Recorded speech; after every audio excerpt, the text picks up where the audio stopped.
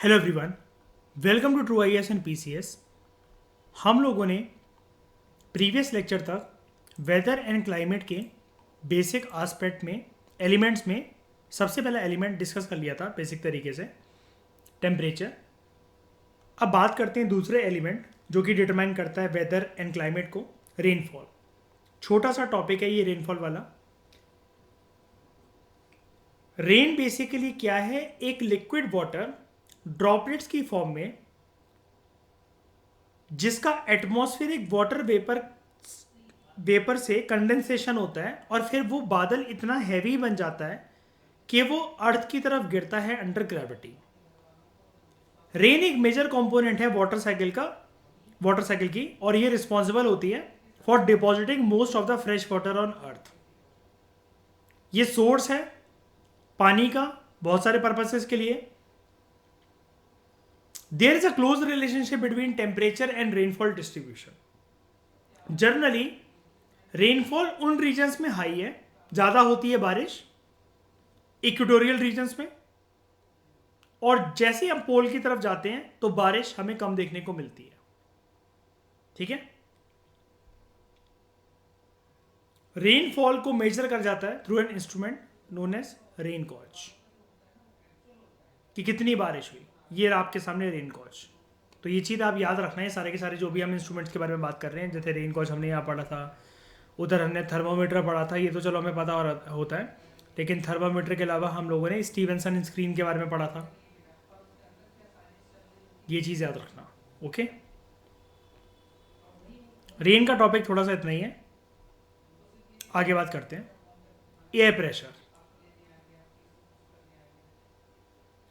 Air pressure को major करने का जो इंस्ट्रूमेंट है, एक हमारे सामने जो पहला नाम आ रहा है वो है बैरोमीटर। एक स्पेशल प्रकार का जो बैरोमीटर है वो होता है एनीरॉइड बैरोमीटर, जो कि आप यहाँ पर देख पा रहे हो। ठीक है, कंपास जैसा एक स्ट्रक्चर आपको यहाँ पर दिख रहा है, इंस्ट्रूमेंट दिख रहा है, यही है। ओके, एयर प्रेशर या एटमॉस्फेरिक प्रेशर किसे कहते हैं? एक पर्टिकुलर गिवन एरिया का जहां पर हवा चल रही हो, अगर उसका वजन हमें पकड़ में आ जाए ना, कि वजन कितना उस हवा का, दुनिया के किसी भी कोने में आप जाकर पहाड़ पे खड़े होकर, अमेरिका में, न्यूजीलैंड में, न्यूयॉर्क में, नेपाल में, कहीं पर भी, एमपी, यूपी, वेस्ट बंगाल, कहीं पर भी, असम वगैरह में, आप एक पर्टिकुलर जगह पर खड़े होकर एक हवा का वजन कैलकुलेट कर रहे हो। ठीक है, वो है एटमॉस्फेरिक प्रेशर या एयर प्रेशर। इसको मेजर करा जाता है बैरोमीटर की मदद से। स्टैंडर्ड एयर प्रेशर जो कि सी लेवल पर वो देखने को मिलता है हमें, वो होता है 1013.25 MB। और आप मुझे बताओगे ये ऐसा यूनिट क्या है, किस चीज में कैलकुलेट होता है? एनीवन? नहीं तो ये एमबी क्या है? ये चीज आप मुझे बताओगे, ग्रुप पे डाल देना लेक्चर के बाद, होमवर्क। ठीक है, एट द अर्थ सरफेस जो प्रेशर है वो होता है 1.03 kg पर square centimetre. I am telling you, ना ये नंबर ना ये नंबर याद रखने की बिल्कुल भी जरूरत नहीं है। ठीक है, वेरिएशन जो हमें देखने को मिलता है स्टैंडर्ड एटमॉस्फेरिक प्रेशर में, वो हमें हॉरिजॉन्टली भी देखने को मिलता है और वर्टिकली भी। अब ये तो बात बहुत सिंपल सी है। हॉरिजॉन्टली मतलब अर्थ के एक कोने से दूसरे कोने या एक जगह से दूसरे जगह पर, यहाँ पर, और सिमिलरली लॉन्गिट्यूडनली भी यहाँ पर, यानी कि प्लेस ए बी अगर आप ऐसे देख लो चाहे, या फिर प्लेस ए और बी अगर आप ऐसे देख लो। वर्टिकल में ज़्यादातर बात जो होती है ना वो एल्टीट्यूड की भी होती है। एल्टीट्यूड का मतलब है यहाँ से मेरा हाइट का, और हॉरिजॉन्टली में बात यहाँ पर जो होती है वो होती है एक पर्टिकुलर रेंज में स्टैंडर्ड एटमॉस्फेरिक प्रेशर कितना है। तो इसलिए यहाँ पर देखने को वो आपको बोल रहा है कि जो वेरिएशन है ना, इनमें जो चेंज है, जो डिफरेंस है, एक मिनट इसको इरेज करते हैं। जो चेंज है, जो डिफरेंस है, जो वेरिएशन हमें देखने को मिलता है स्टैंडर्ड एटमॉस्फेरिक प्रेशर में, वो चेंज हमें हॉरिजॉन्टली भी देखने को मिलता है एक रीजन से दूसरी जगह एक रेंज में, और वर्टिकली भी एल्टीट्यूडनल वाइज यानी कि height wise. Based on the level of pressure earth पर अलग अलग एरियाज जो हैं वो क्लासिफाई करे जाते हैं एज लो प्रेशर रीजन्स, या एक पर्टिकुलर जगह पर भी एक टेम्पररी टाइम के लिए बन सकता है लो प्रेशर रीजन या फिर हाई प्रेशर रीजन। कैसे डिफाइन करेंगे इसको हम लोग आराम से समझते हैं। लो प्रेशर एरिया एक ऐसा एरिया होता है एटमॉस्फेयर में जहां पर प्रेशर उस हवा का लो होता है देन इट्स सराउंडिंग एरियाज, यानी कि ये सराउंडिंग रीजन जो है ना, यहां पर प्रेशर काफी ज्यादा हाई है, ठीक है, लेकिन ये कोई भी अगर हवा है यहां पर, जो भी ये ऊपर प्रेशर है इस लैंड के ऊपर, वहां पर प्रेशर लो है। Low pressure area is an area atmosphere के अंदर जहां पर प्रेशर जो होता है अपने सराउंडिंग एरिया से लो होता है। इस सिचुएशन में क्या होता है, विंड जो है, wind from the surroundings blow towards the centre of the low pressure. आसपास की हवाएं जहां पर ये लो प्रेशर कंडीशन क्रिएट हुई होती ना, बिल्कुल इसके सेंटर रीजन में आने का ट्राई करती हैं आसपास की हवाएं,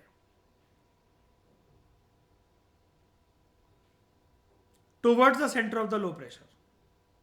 और हाई प्रेशर एक ऐसा एरिया होता है एटमॉस्फेयर का जब बैरोमीट्रिक प्रेशर जो हमें देखने को मिलता है बैरोमीटर की मदद से, या ऐसा आप कैसा भी कह लो एयर प्रेशर, वो सराउंडिंग एरिया से ज़्यादा हो।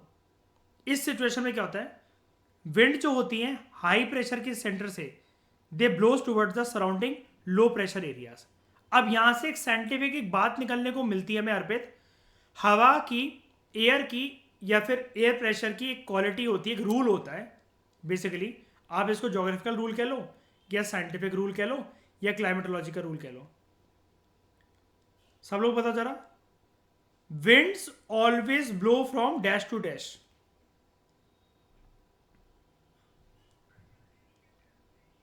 Winds always blow from high pressure to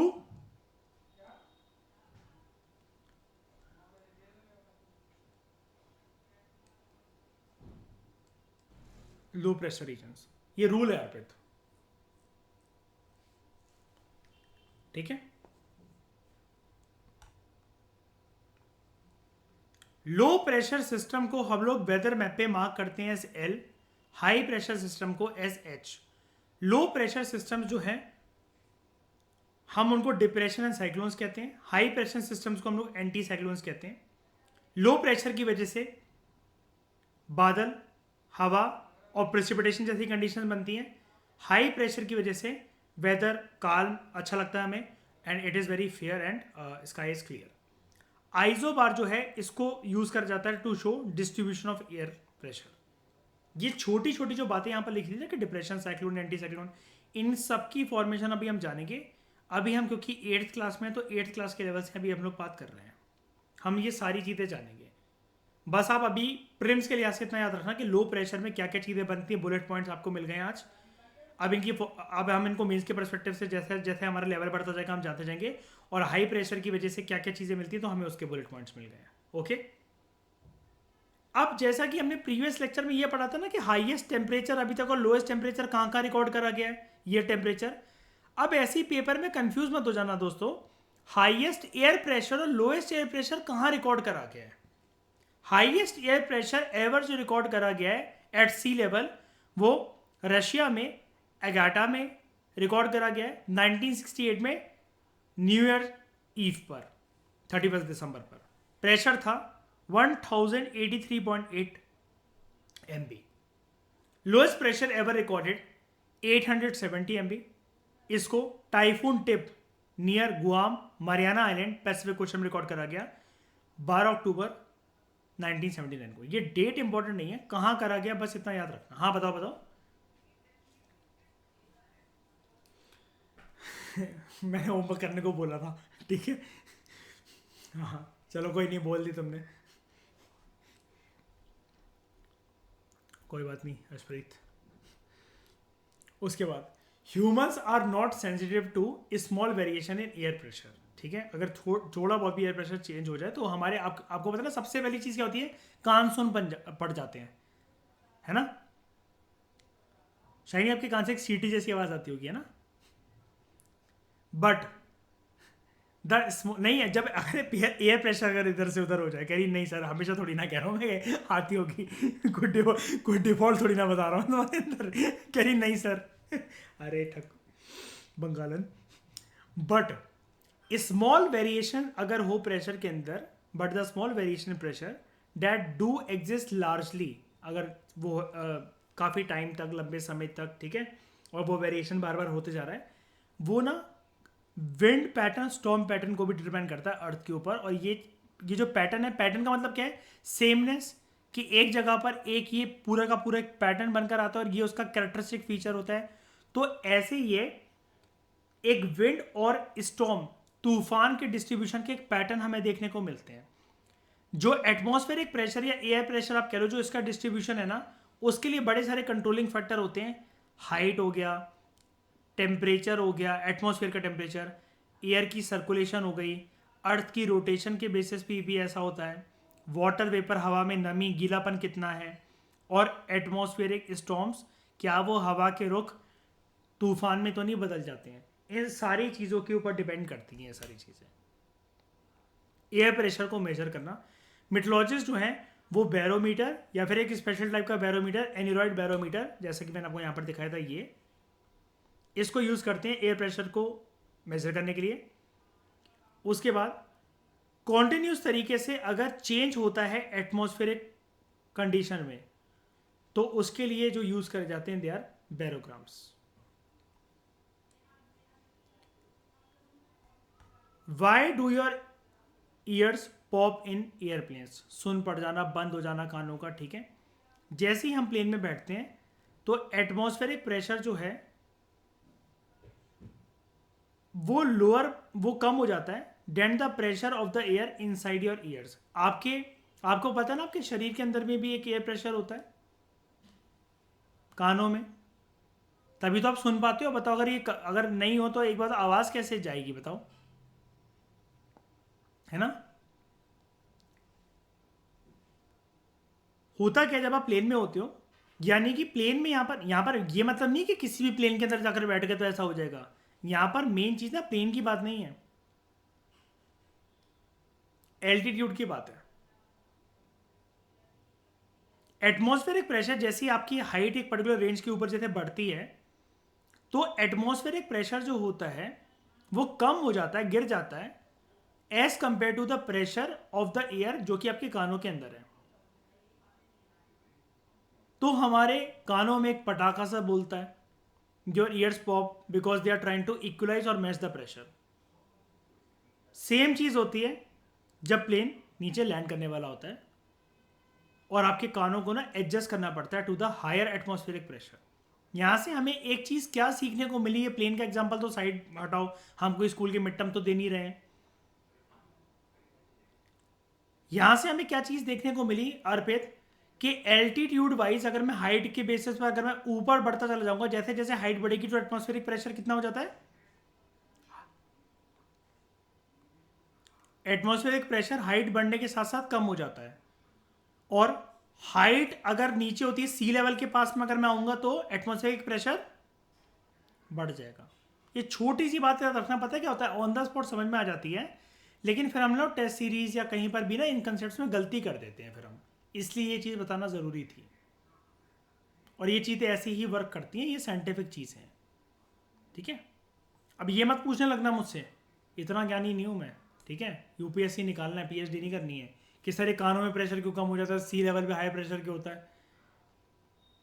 तो मैं तुम्हारे शरीर से आत्मा खींच लेता हूँ, जाओ विष्णु जी से पूछ कर आना और मुझे भी बताना कि उन्होंने ऐसा क्यों कर रखा है। उसके बाद बात करते हैं ह्यूमिडिटी की। ह्यूमिडिटी का मतलब सिंपली ये होता है कितना degree of water vapour present है एटमॉस्फेयर में गैशियस फॉर्म में एक पर्टिकुलर टाइम पर और एक पर्टिकुलर जगह पर। इसकी जो रेंज है वो 0.0 से लेकर 5% तक होती है बाय वॉल्यूम एटमॉस्फेयर में, ठीक है। उमस, नमी, क्लाइमेटिकली ये एक इंपॉर्टेंट कॉन्स्टिट्यूट है एटमॉस्फेयर का, और इसकी जो क्वांटिटी है कि वो पानी होगा कितना हवा के अंदर, वाटर वेपर कितना, डिग्री ऑफ वाटर वेपर, वो डिपेंड करता है लेवल ऑफ टेम्परेचर के बेसिस पे भी। तो level of humidity it always decreases towards poles from equator. जैसे जैसे अगर आप, ये इक्वेटर है अगर आपका, आप इससे लेकर आप अगर पोल वर्ड्स अगर आप जाते रहोगे तो लेवल ऑफ ह्यूमिडिटी जो होगी वो डिक्रीज हो जाएगी। ठीक है, ह्यूमिडिटी को अलग अलग तरीकों में एक्सप्रेस करा जाता है। जैसे एक होती है स्पेसिफिक ह्यूमिडिटी। ठीक है, it is a ratio of water vapour content of the mixture of the total air content on the mass basis. यानी कि इसका मतलब क्या है, अभी मैं आपको बताता हूँ, एक मिनट रुकना। It is the ratio of the water vapour content. ठीक है, कितना वाटर वेपर है एक पर्टिकुलर हवा में, और वो टोटल एयर जो कंटेंट है ना, अब एयर के अंदर बड़े सारे कंटेंट होते हैं, सिर्फ वाटर वेपर तो होता नहीं है।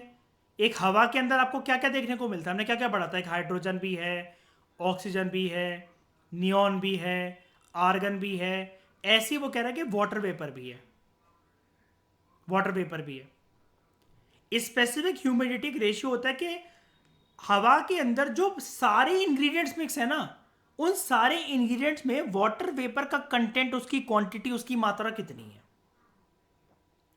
और इसको ऐसे एक्सप्रेस करा जाता है। अब हमें कुछ तो चाहिए ना, अब हवा का वजन नापने के लिए कुछ तो हम बोलेंगे, कोई तो हम यूनिट डिसाइड करेंगे। तो हम इसको एक्सप्रेस करते हैं in terms of grams of vapour पर किलोग्राम ऑफ एयर। अगर 1 किलो की हवा है तो उसमें यह देखा जाता है कि हर 1 किलो की हवा में कितने ग्राम ऑफ वाटर वेपर है उसमें। जितना ज्यादा ग्राम तो वो हवा उतनी ज्यादा ह्यूमिड। बात समझ में आई ये वाली चीज, स्पेसिफिक ह्यूमिडिटी। अब इसको स्पेसिफिक क्यों बोला जाता है, क्योंकि ये स्पेसिफिक जगह टू जगह वेरी करती है, हर जगह में थोड़ी ना होती है। अगर आप मरीन ड्राइव खड़े हो जाओ ना मुंबई में जाकर, तो आपको ह्यूमिडिटी बहुत फील होगी। और अगर आपके पास ये वाला मीटर हो ना, तो आपको ये बताएगा, हाइग्रोमीटर, कि कितनी ह्यूमिडिटी है यहां पर, 1 किलो की हवा में कितने ग्राम ऑफ वाटर वेपर है। दूसरी होती है एब्सोल्यूट ह्यूमिडिटी। देखो टाइप्स ऑफ ह्यूमिडिटी के ऊपर क्वेश्चन स्टेट पीएससी वगैरह में बन सकते हैं, एनसीईआरटीज वगैरह आपको नहीं बताती हैं इतना इनिशियल लेवल पर। Absolute humidity, this is the mass और वेट ऑफ वाटर वेपर। ठीक है, कितना वजन है, कितना मास है वाटर वेपर का, that is present per unit volume of air. इसको यूजली एक्सप्रेस करा जाता है grams per cubic metre of air में। कुछ ही नहीं है, आप कहोगे वो भी तो टोटल उससे देखा जा रहा है, टोटल कंटेंट से। यहां पर सारे कंटेंटों में से हवा के अंदर जितने कंटेंट थे उसमें वाटर वेपर की मात्रा कितनी थी, ये स्पेसिफिक ह्यूमिडिटी है। ये भी एक प्रकार से वही चीज है, लेकिन हम यहां पर वाटर वेपर के मास और वेट को देख रहे हैं, जिसको एक ना एक्सप्रेस करा जा रहा है यूनिट में, grams per cubic metre of air. बस एब्सोल्यूट ह्यूमिडिटी में ना ये वर्ड आना जरूरी है, grams per cubic metre of air. हर क्यूबिक मीटर ऑफ एयर में कितने ग्राम्स ऑफ वाटर वेपर मौजूद है। और वहां पर हम क्या देख रहे थे, साइंटिफिक चीज है बस। देखो कुछ नहीं है, देखो अब ह्यूमिडिटी तो ह्यूमिडिटी है ना, क्या मैं मयूर उसको ऐसा नहीं बोल सकता, हमें तो बस ये चेक करना है टोटल हवा में उमस कितनी है, पानी कितना है, यही है ह्यूमिडिटी। अब नाम उसके चाहे जो मर्जी बुला लो, चाहे उसको स्पेसिफिक कह लो चाहे वो कह लो।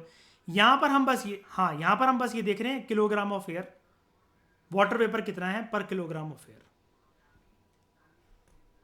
और यहां पर हम वही चीज देख रहे हैं, लेकिन इसको एक्सप्रेस कर रहे हैं ग्राम पर किलोग्राम नहीं, ग्राम पर क्यूबिक मीटर ऑफ एयर।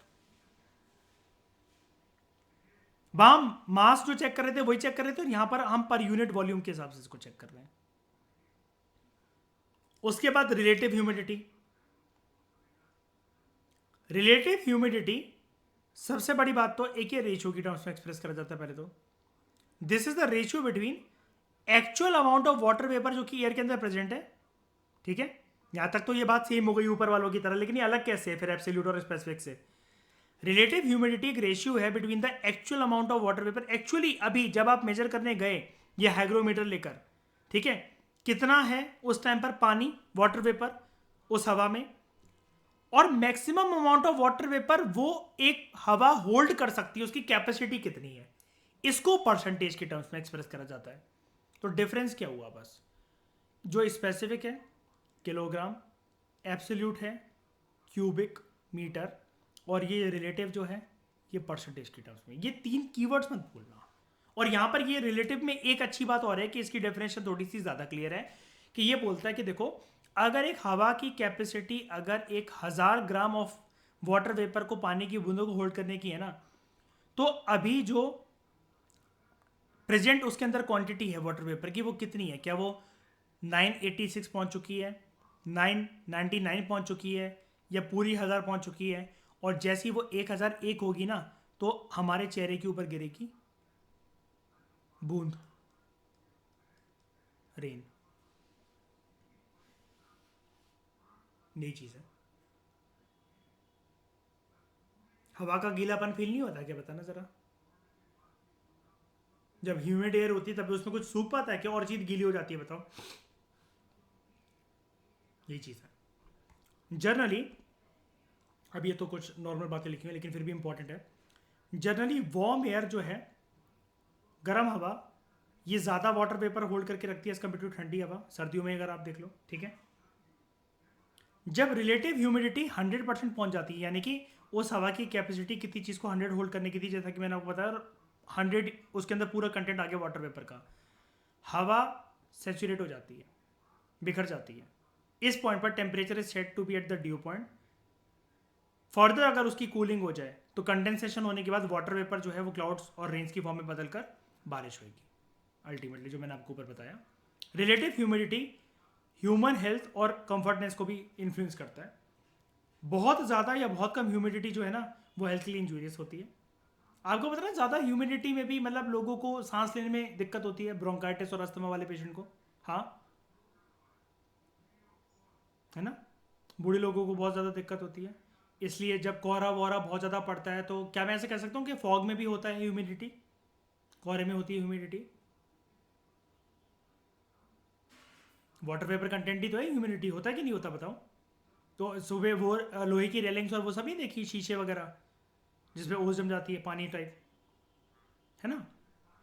और ये ना स्टेबिलिटी को भी इन्फ्लुएंस करता है, also affect the stability of different objects, buildings and electrical appliances. ठीक है, ये तो ऐसी चीज़ लिखी हुई, छोड़ दो। मेजरमेंट ऑफ ह्यूमिडिटी, हाइग्रोमीटर जो है वो यूज़ करा जाता है to measure humidity, which comprises wet and dry bulb side plates side by side. Stevenson screen में ही यूज़ करके इसको वो कर जाता है। याद है स्टीवेंसन स्क्रीन हम और किसके लिए यूज़ करते हैं? टेम्परेचर को, थर्मामीटर में नहीं, temperature.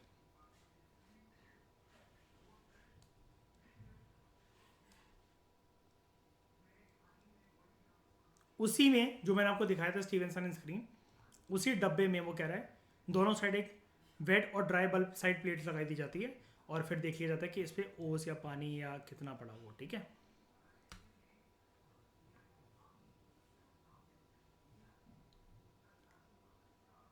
With decreasing air pressure, जैसे जैसे एयर प्रेशर जो है वो कम होता जाता है, एयर प्रेशर कम होने लगा, जो ऑक्सीजन की अवेलेबिलिटी है ना सांस लेने के लिए, वो भी डिक्रीज होने लग जाती है। इसलिए मैंने बोला ना कि काफ़ी दिक्कत हो जाती है। जब हम बहुत ऊंचाइयों पर जाते हैं, पहाड़ों वगैरह पर, एटमॉस्फेरिक प्रेशर जो है और जो ऑक्सीजन की अवेलेबिलिटी है वो बहुत कम हो जाती है, कि कुछ लोग जो है बीमार होने लग जाते हैं और कहीं कहीं तो मर भी सकते हैं। जैसे डेड जोन माउंट एवरेस्ट में जो होता है ना, ऊपर तो चढ़ जाते हैं, नीचे आने में बड़ी दिक्कत होती है वहां पर, और लोग ऑक्सीजन सिलेंडर कैरी करते हैं अपने पास, अपने साथ। माउंटेन क्लाइंबर जो हैं वो बॉटल्ड ऑक्सीजन यूज़ करते हैं जब वो बहुत हाई पीक्स पर होते हैं, और वो अपने हिसाब से अपना टाइम लेकर के, उनकी सांस फूल रही है, उनका ब्लड प्रेशर कितना, उस हिसाब से वो एक ऊंचाई पर जाते हैं। क्योंकि अगर वो क्विक मूव लेंगे from high pressure to low pressure, वो डीकम्प्रेशन सिकनेस का शिकार हो सकते हैं, वॉमिटिंग वगैरह, या फिर बीपी का ऊपर नीचे होना, ये सब हो सकता है। एयरक्राफ्ट, प्लेन के अंदर ये चीज़ कैसे रहती है बैलेंस? एयरक्राफ्ट में आर्टिफिशियल प्रेशर बनाया जाता है कैबिनेट में। पहले जो, जब तक प्लेन स्टार्ट होता है ना, तो वो हवा भर रहा होता है एक्चुअली। जब वो एयरपोर्ट पर खड़ा रहता है ना, तो वो हवा भर रहा होता है एक्चुअली, ताकि ऊपर वो ना रिलीज होती रहे। जब आप, जो यात्री हैं, जब वो हवा में होंगे ऊपर, तो एयरपोर्ट पे खड़ा होकर पहले हवा भरी जाती है, खींची जाती है, और फिर वो रिलीज करी जाती है ज़्यादा ऊपर में, ताकि जो पैसेंजर्स हैं वो कंफर्टेबल रहे। लेकिन उसके बाद भी अगर किसी को ऑक्सीजन नहीं मतलब नहीं मिलती है तो आपको पता है ना, वो ऑक्सीजन मास्क लगाए जाते हैं लोगों के द्वारा, ये जो लटक कर ऊपर से चले आते हैं। और हॉट सी वैक्स टांगों वाली जो एयर होस्टेस होती हैं वो सिखाती हैं कि इसको यूज़ कैसे करना है ना, इशारा कर करके।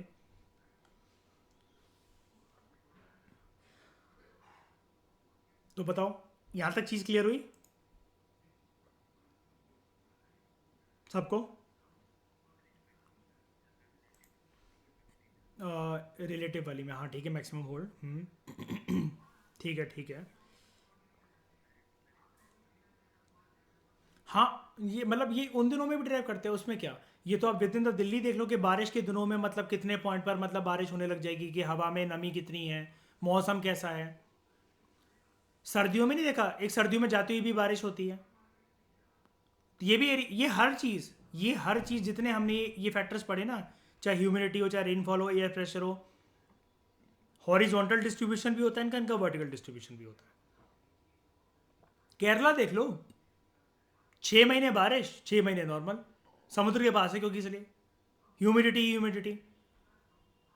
शायनी बंगाल में भी ह्यूमिडिटी रहती होगी काफ़ी, है ना। और मुंबई वाले को भी यही हाल है। दिल्ली में प्रचंड तरीके से लोग मरते हैं, अलग तरीके से। ज़्यादा गर्मी ज़्यादा सर्दी, ठीक है। हाँ कमांडो ट्रेनिंग हो रखी है, सही बात है। बताओ ये चीज़ समझ में आ गई?